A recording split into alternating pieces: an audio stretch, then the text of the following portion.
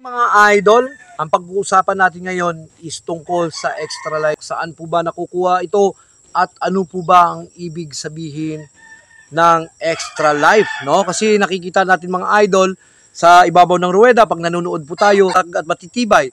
So nagugulat tayo, no? Napapag-unahan na sila 1 time, 2 times, 3 times, 4 times, ngunit hindi pa rin po nabubuwal. Ano ba at saan po ba nanggagaling yung tinatawag na extra life? Number 1 idol, sa kauna-unahan mga idol, is minsan nasa bloodline po natatag, no? Katulad sa ating mga idol na mga breeder dyan, yan, matatatag po kasi yung kanilang mga bloodlines, no? Yung iba, nag-i-import pa galing ng ibang bansa para lang ma-infuse doon sa kanilang mga bloodlines na nandito sa atin, yung mga island-born, no? Para lang i-develop yung kanilang bloodlines. So, number 1 dyan, idol, health is wealth, no? Kinakailangan ang kalusugan ay kayamanan, no? Kinakailangan malusog tayo. So, dyan parang sa breeding material natin, mga idol, bago po natin isalang yan, tandaan, is dapat kailangan healthy po sila. So, dapat hinahanda yan. Kinokondisyon muna yan. Halimbawa, gusto mong mag-breeding ng December, kinakailangan October, November pa lang, idol, nakahanda na po yung mga breeding material mo. Kinokondisyon mo na yan sila bago mo isalang. Para pag nangitlog po sila, is talagang yung mga sisiw na lalabas is healthy. Pati yung mga itlog nila, healthy yan mga idol, no?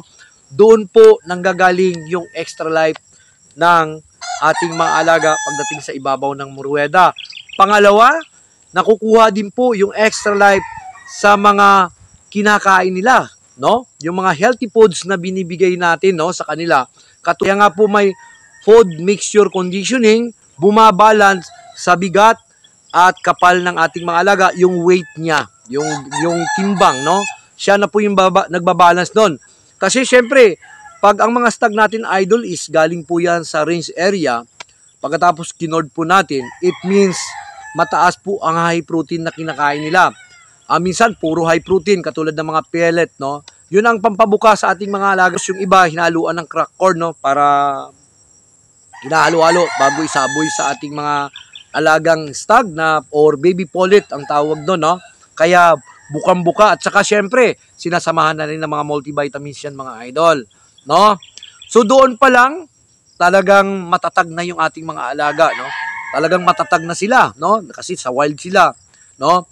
Pagkatapos mga idol, yung feed mixture conditioning kasi natin, yun yung nagbabalance na. Kasi mataas nga yung protein galing sa baby stag sila. So, binabalance na. Nagle-less na tayo ng konti ng high protein. Nagdadagdag naman tayo ng fiber, no? Makapal siya na dapat magaan. Yun po ang tamang hipo ng ating mga alaga. Idol, yung tinuturo po natin, baka yung mga kaibigan po nating maliliit na sabongero, no? Kaya po, nagtuturo tayo ng ganito para matutunan po natin yung mga bagay na mas mataas na kaysa sa pinag-aralan natin, no? Kasi, syempre, yung iba nga, naghingi pa ng 7 days conditioning, o, no? Wala pong 7 days conditioning, no? Kinakailan, nasa proper po, tama po lahat ang ginagawa natin. Nagpapagod din tayo, no? Inalagaan natin ng matagal yung ating mga alaga, pagkatapos kulang sa kondisyon, so kulang sa araw, wag po. Wag po nating persahin mga idol. Sayang po, sayang. Kinakailangan, bago ka matalo, kinakailangan, nag-perform na maayos yung alaga mo. Pagkatapos, kinakailangan, medyo kinakabahan din ng kalaban mo. Yun ang pinaka-importante sa lahat mga idol, no? Nade-develop po tayo, na-improve po tayo. So, yung benefits po ng extra life is nanggagaling din po yan sa feed mixture conditioning. Pangalawa na yun, no? Pagkatapos, ang pangatlo mga idol, is nakukuha po yan sa mga food supplement na binibigay din po natin sa ating mga alaga, no? So, isa-isahin lang muna natin yung mga benefits ng extra life. Pero, yung mga ginagamit natin o binibigay natin, idol, is kung hindi po natin binibigay ng tama sa kanila, yung proper program, no? Is useless din po lahat yan. Pinakain mo siya ng masarap, pagkatapos, pinainom mo ng mga food supplement, ngunit nasa cord lang lagi siya, hindi mo ginagalaw. So, meron din pong weakness yan, no? Hindi kisyo pinainom natin ng magandang klase na multivitamins yung ating mga alaga, ilalakas yan. Hindi po ganon. Kasi lahat po ng mga kinakain o binibigay natin sa ating mga alaga is meron po yan tinatawag na acid, no? So yung acid na yun, idol, pag hindi mo na ehersisyo yung iyong manok, is mai-stack po yan sa mga kasukasuan nila, sa mga kalamnan nila, no? Kaya nagiging shortcutter at nagiging mabagal po yung ating mga alaga. Nagkakaroon po sila ng bulon, nagiging mabigat. Dahil pinapakain natin sila ng masarap, binibigyan natin ng mga food supplement, ngunit hindi po natin i-ehersisyo. Parang tao, halimbawa mo, idol, sa tao. Yung tao, idol, pag pinakain mo ng masasarap yan at pinainom mo ng multivitamins na nandoon lang sa loob ng kwarto lagi yan, nasa loob lang ng bahay, is magkakaroon po ng ubis na tinatawag. Yan, ganun din po ang mga alaga. At lang yan mga idol, binibigay natin para mawala po yung acid. Kinakailangan, ini-ehersisyo po natin para hindi po tumigas yung mga muscle ng ating mga alaga at hindi po tumigas na yung kanilang tuhod. Yon, para nababurn po yung mga fats at saka yung mga acid is natutunaw. Yun yung tama. Sino ang gagawa niyan, idol? Sino ang mag-effort niyan? Doon, sa pang-apat naman natin is yung handler. Yan. Yung handler po ang gagawa ng tamang programa para sa kanila. Halimbawa, pinakain nila ngayon. Masasarap, no?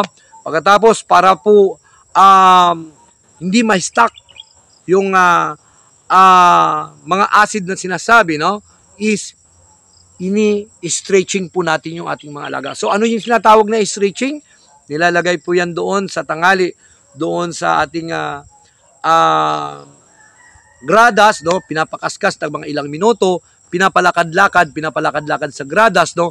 Para po ma-stretching po at hindi po ma-stuck yung sinasabing acid. Kasi ang acid, idol, pag yan na-stuck, pasuan nila sa kanilang mga kalamnan, is matigas po yan, no? Tumitigas po ang kanilang muscle, tumitigas po ang kanilang tuhod. So, mapapansin mo, tumatalon na lang siya, hindi niya binibigay yung kanyang paa. Yan. Ang nagbibigay niyan, idol, is yung handler nang gumagawa niyan. Sa gabi, madaling, kaya nga may handler no? Gabi, madaling araw, hapon, na umaga, yan yung ginagawa ng nakapokus 24/7 sa ating mga alaga. Kasi ang handler po kasi, idol, syempre, pag naganda, bigay tudo mo na yung 100% na kaalaman mo pagdating sa iyong alaga. Kasi ina-expect mo na yan, mga idol, na yung mga katunggali ng ating mga alaga is sobra pang handa nila kaysa sa atin. No? Masasarap na pagkain, no? Mga imported na mga gamot yung ginagamit nila galing pang ibang bansa, no? So tayo mga maliliit, kailangan i-develop po, sipagan po natin. Yan ang sinasabi ko. Dapat maging masipag po tayo. Huwag po tayong patamad-tamad. Tayong maliliit na nga Tayo nga yung mahirap na humanap ng pera Pagkatapos tayo pa yung mahinang klase maganda. Dapat po tayo ang porsigido. Bago ko in-month preparasyon to. Pag-ukulang ko ng panahon to. No? Araw-araw, pag pumapasok ko, pag uwi ko, exercise ko lagi to. O, ganun, idol. Para at least matuwa tayo, perform ng maayos yung alaga natin. Yun yung pinaka-importante. Diyan sa pagkatalo mga idol, no? Diyan po tayo natututo. Minsan, bakit talo lagi ako? Bakit talo lagi? Pag hindi ka nagising sa bagay na yan, ikaw yung may problema. Yan. Sa pagmamanok, idol, kailangan masipag ka. No? Sa pagmamanok, idol, wag mong asahan yung galing. O, asahan mo yung itutulong mo sa ating alaga. Yun yung pinaka-importante, mga idol. So, sana nakatulong na naman si Oma sa inyo, mga idol. At sana wag po kayong magsawang suportahan, no? Dito ang ating ina-upload na mga videos dito sa Oma Antiquino GF. Tsaka kung bago ka pa lang dito, idol, huwag niyong kakalimutan mag-follow. Mag-share, mga idol yan. Pag may tanong kayo, mag-comment kayo, malay natin, kayo na sa susunod ang pag-uusapan. O di kaya, kung di ko man kayang sagutin, baka may mga kaibigan tayong sila ang sasagot at makakatulong sa atin. So God bless and good luck po sa ating lahat, mga idol.